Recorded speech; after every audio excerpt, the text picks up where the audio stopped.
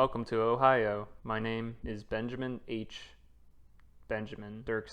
Benjamin H. Dirksen. This is where I live. Welcome to my home. I wrote a novel. It is titled JREMMiN. JREMMiN is an action, adventure, science fiction, fantasy, romance, horror, drama, action. And the following, get this, is a reading of the prologue by the author. That is me. I hope you enjoy it. I hope you have a lovely day.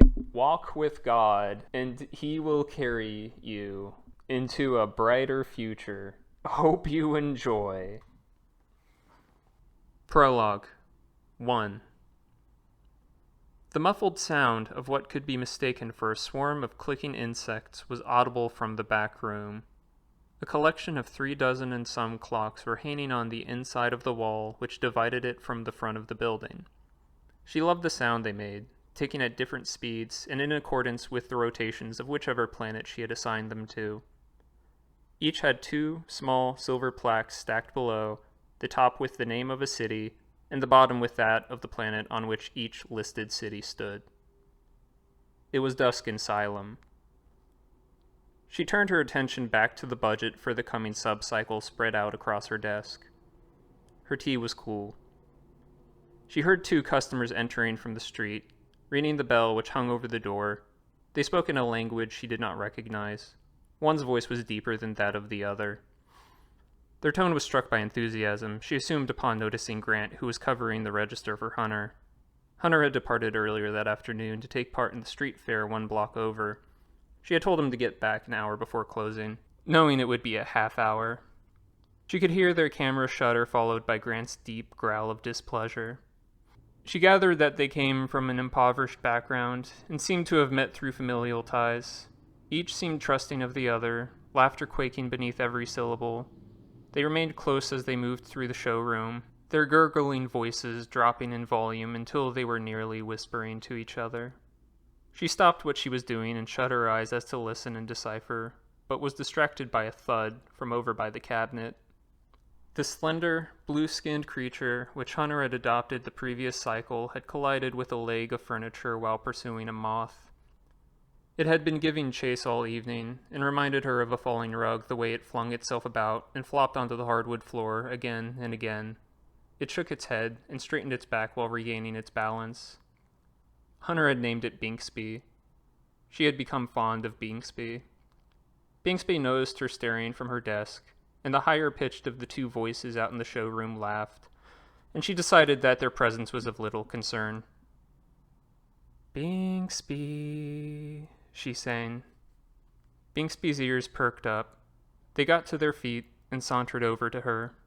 She pushed her chair back and, lowering herself onto her knees, placed one hand to the floorboard and, with the other, began stroking the animal's smooth, hairless hide, careful to avoid the quills which were in need of a trim.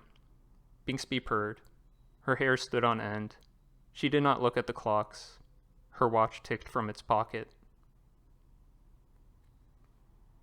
2. Hunter was following her through the store's many shelved stacks of rare books and wrote with a pencil onto a notepad as she got ready to depart. He was worried because he had returned from the street fair later than he said he would, but she assured him while pulling on her gloves that it was not that big of a deal.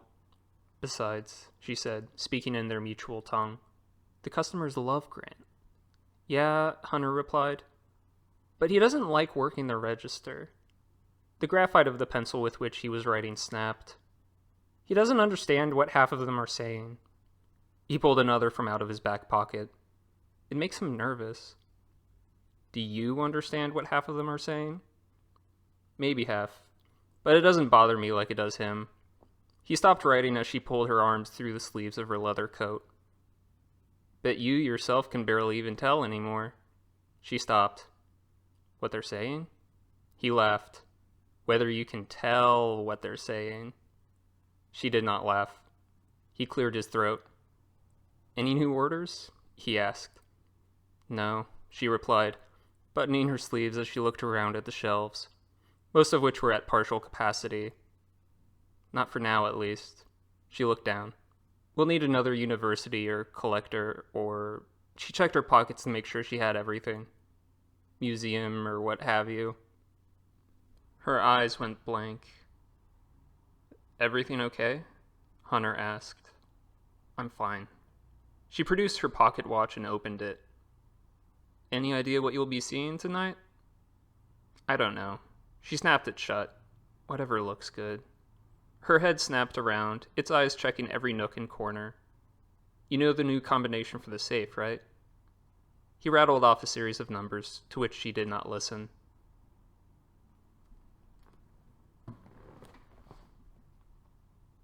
Three. She passed more and more broken windows the closer she got to the theater. It was her favorite one to go to because of the outdated projectors. The people who ran the place had taken to her and permitted her to go up into the booth whenever she liked. She went up there often and toyed around with the machinery after the film was over and performed whatever maintenance was required. She looked across the empty parking lot of cracked asphalt and crawling ivy towards the row of spindly palmettos which stood on the other side. They reached high into the sky and well over the tops of every nearby building. The sky was red, and the sun was setting. 4. She felt the buzzing of the posters which hung on the theater facade in her nasal cavity. She had stopped checking to see what was playing ahead of time a while ago, and had rarely failed to settle for something. She came before the first poster, and saw that it was for one which she had already seen 2 visits prior. An Aesthisian action drama about 3 brothers, the eldest being a wise doctor, the middle a drug-addled preacher, and the youngest a clever ex-pirate, and a scheme they hatched to steal the prize money from a boxing tournament, all the while unawares that the headlining contender is the son of a crime lord trying to rig the outcome. She had enjoyed it, but wanted to see what that week's newest feature was, so she moved on to the second poster, which was for another one that she had also previously seen. It had been billed as a comedy and featured an all-invertebrate cast, though it was more truthfully of a genre which, as far as she knew, lacked any common categorization. The filmmaking industry of the system in which it was made was still fledgling. Even with the translation earpiece the ticket booth had provided, its story was difficult to follow. The characters swapped names at random intervals, and the actors broke the fourth wall in ways which did not seem to be intentional. Whilst this granted the film a peculiar, albeit frustrating, sense of authenticity, she suspected that a second viewing would yield little of any greater value, and thus continued on. She crossed the ticket booth and saw the owner's sister-in-law inside, reading a newsletter through eyes like those of a chameleon.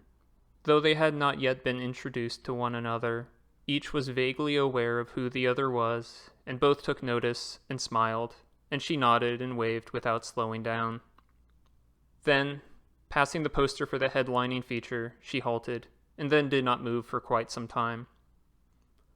Flashy the way that posters for state-sponsored films always were, it featured as its central focus point the hexagonal obsidian pyramid of Deccanwell atop that same city's darkened skyline.